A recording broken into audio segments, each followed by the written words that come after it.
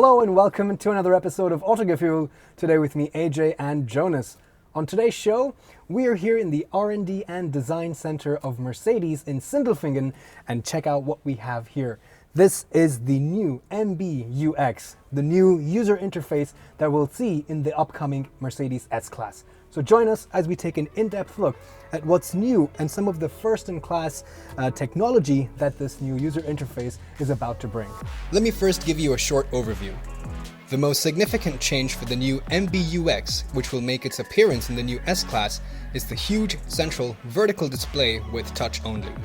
Secondly, the instrument cluster can be viewed in 3D. This is tricky to catch on camera, but the human eye will see a stereoscopic 3D image.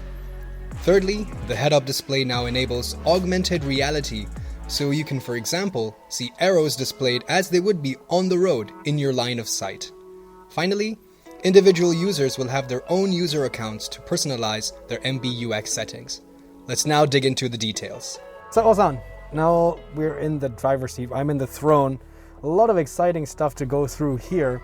So let's start by talking about the instrument cluster over here. So what is new about this? So what's new is, which is also first to market and will be very important for us, is the 3D ability of the instrument cluster. Right. Now you might know this from the movies, from your TV, where you put on glasses and you have to really create that 3D effect with the glasses. Here we can do it without. So this is also the big innovation here. We have a full screen instrument cluster that is capable of 3D graphics, which adds another dimension. Absolutely. And gives us much more possibility. Yeah, so I activate that by tapping on this over here, and now it says 3D mode on, and wow, it's incredible. Unfortunately, you guys on the watching this at home on YouTube, you will not be able to experience this because there are cameras here, right? There's a stereoscopic camera right here in this notch, which is tracking my eyes. And it's projecting two images in accordance with that. So if I tilt my head, and the image is shifting based on that. So this 3D view is only for me.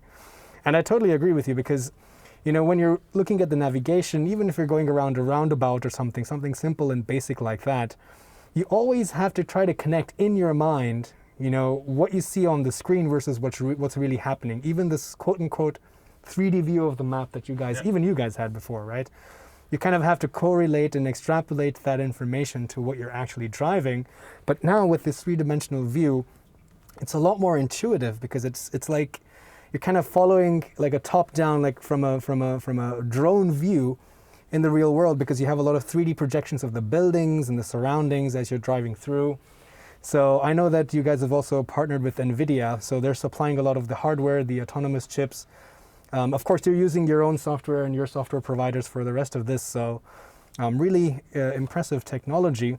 But what else is there applicabilities for the 3D view apart from just the map?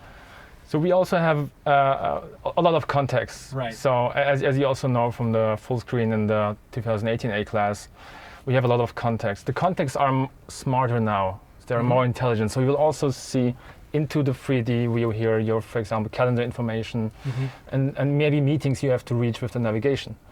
But also we have used this 3D then especially on the sport view here, where you kind of really go into the screen and you have...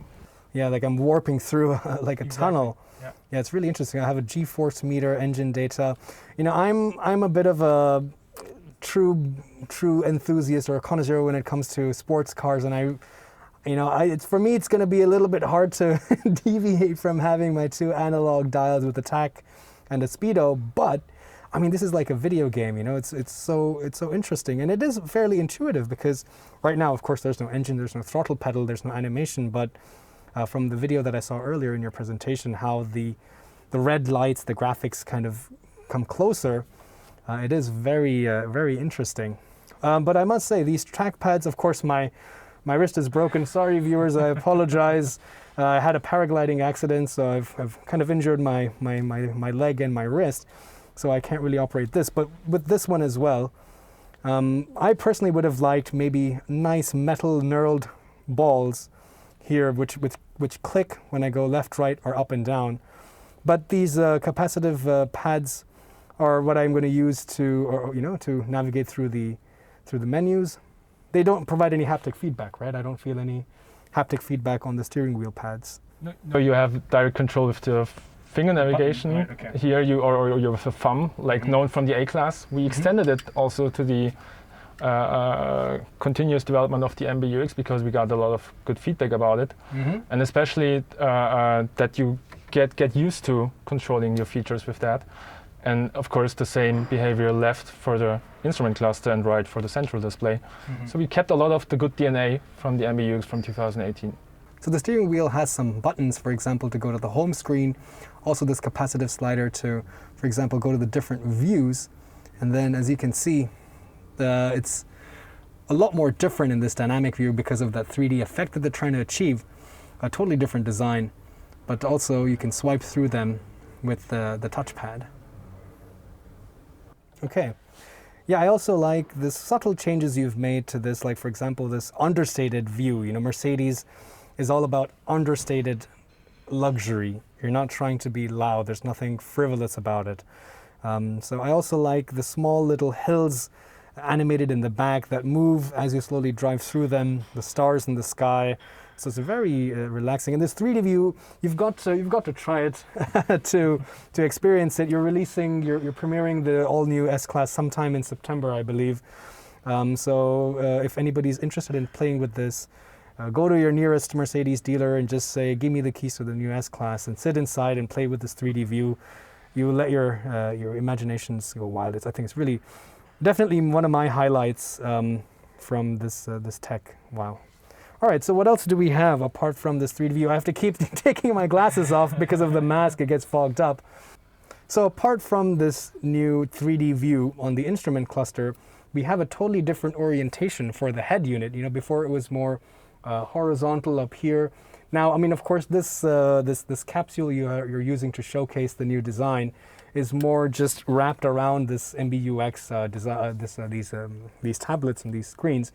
But of course, I can somehow envision the new S-Class to also be similar because this takes up quite a large portion of the center console. There is no trackpad anymore. Of course, to mixed opinions, the climate control is also now completely part of the touchscreen. You do have actual buttons over here. So maybe let's start with this. So this is to log in, right? So this is a fingerprint sensor. All right, fingerprint Thomas, all right. So I say yes. And so it's continuously improving the scan of your finger and it's getting more accurate. And it can be used as a personalization identification. Yeah. So if you have your profile index in this car, and this is exactly what you're right now doing. So you're adding your fingerprint here to your profile. So next time, if someone else is logged in and you want to log back in as you, as the profile here on the top, then you can just use your finger. It's that simple. Yeah. Wow, I look very dashing. Okay, so like if you're sharing this car with your family, so you know a couple or a family with maybe 3 people who are going to drive, I would log out when I leave. Exactly. And then when I come in, everybody can have their, okay, so you're logging out, and then I can sign in easily. And then the seat settings, the navigation map view, my personalized audio profile, and all of the whatever other things it will automatically do. And I also remember that, Guten Tag, Thomas. Okay, fantastic. So Thomas, Thomas is busy, so okay.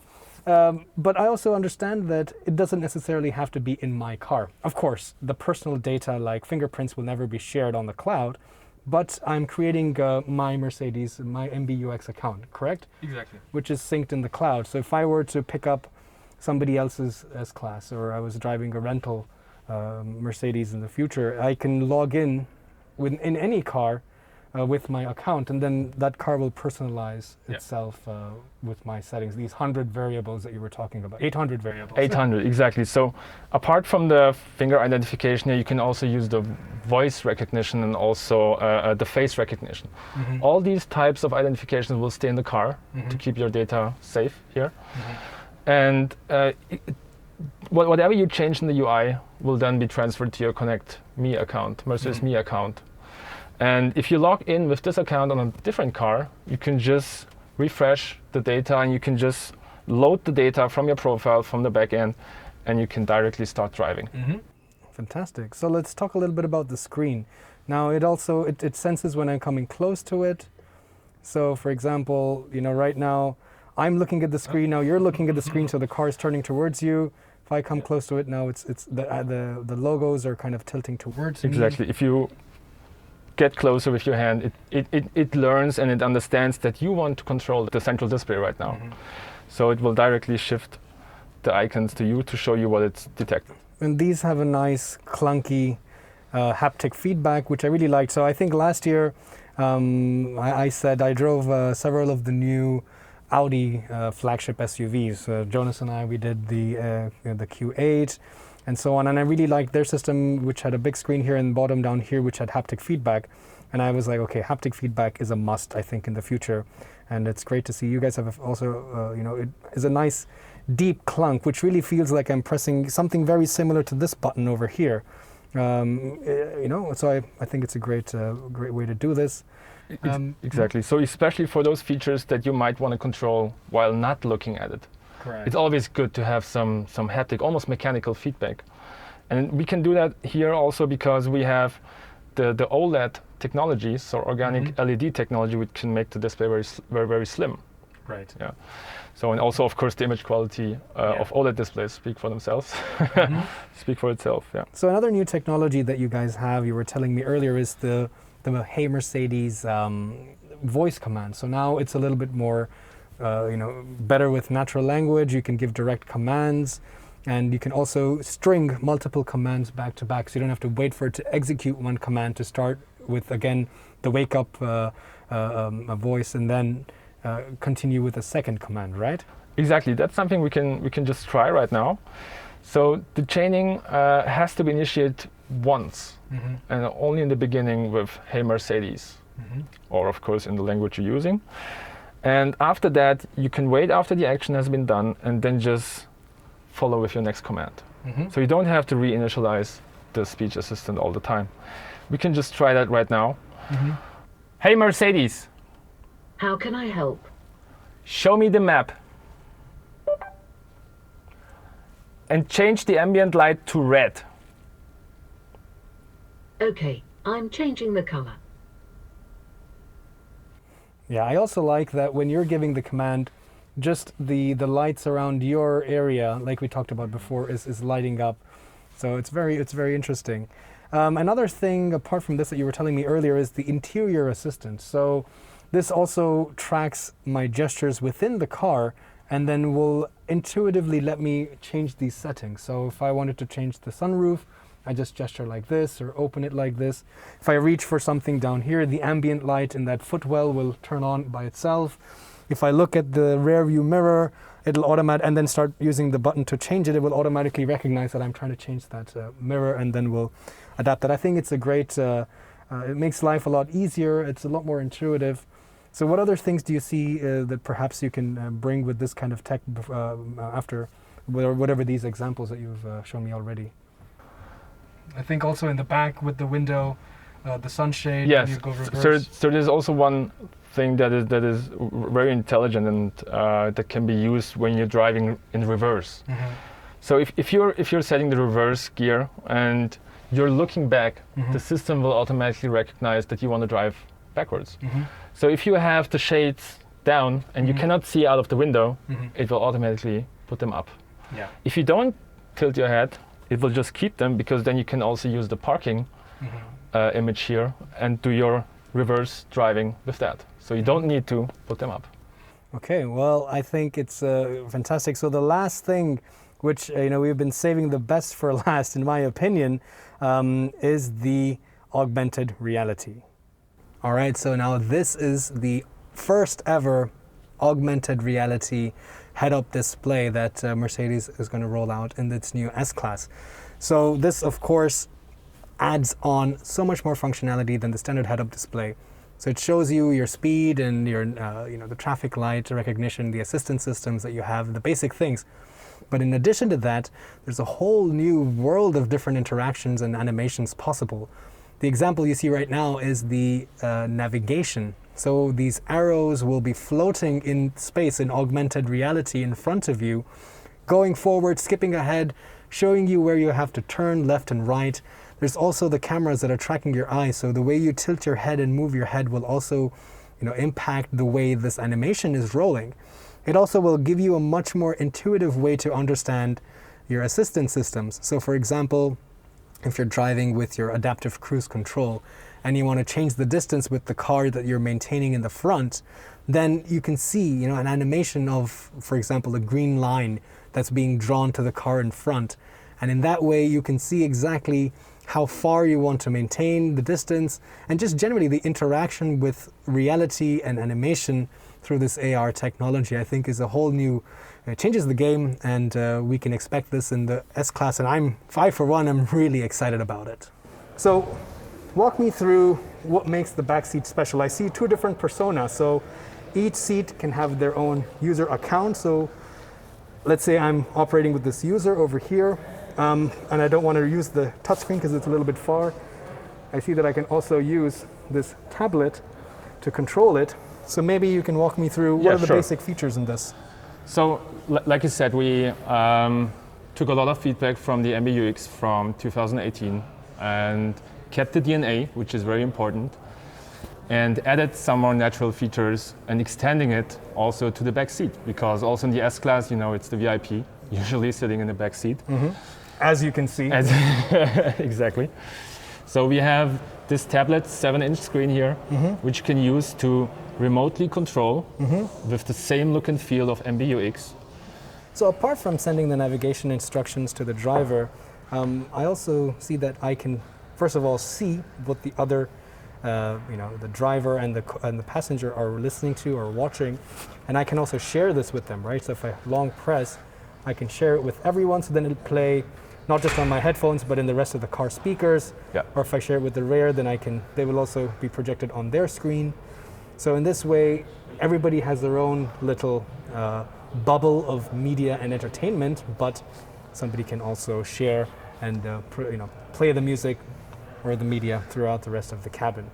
Exactly. It's just when you find a nice song you want to share in the car with the other passengers, just share it with this sharing feature between the seats. You can also have features like privacy, if you want to keep your content to yourself and not make it visible to the other seats. And you can also have a parental control from the front if you don't want your kids to change the media and just want to define it for the. So there's a lot of really nice ambient lighting, and I think you were telling me earlier, this light, the sound, everything is designed to be very intuitive, connecting me with the car in a very human way, right? Something that I can intuitively understand. So if I were to give a "Hey Mercedes" command, then the lights around me would spark up. I could see the waveform of the audio around just my little bubble. So things like that, right? So maybe you can tell me a little bit about that. Yeah, so what we wanted to do is really to have a natural feeling in the car. So the car reacts how you expect it to react. So if you are talking to the speech assistant from the back will illuminate. So you know where it's being talked to. So we use all our sensors and all our devices in the car to signalize what action is being done and where it's done. Okay, so now I'm also in these user profiles. So of course I'm not as dashing as Marco over here, our persona, but if I were to sit in the left seat, but then we stop for a break and I go to the right seat, I want to carry over my media, my phone connectivity, my settings for the seat. So I can just select, maybe I'm Thomas now, correct?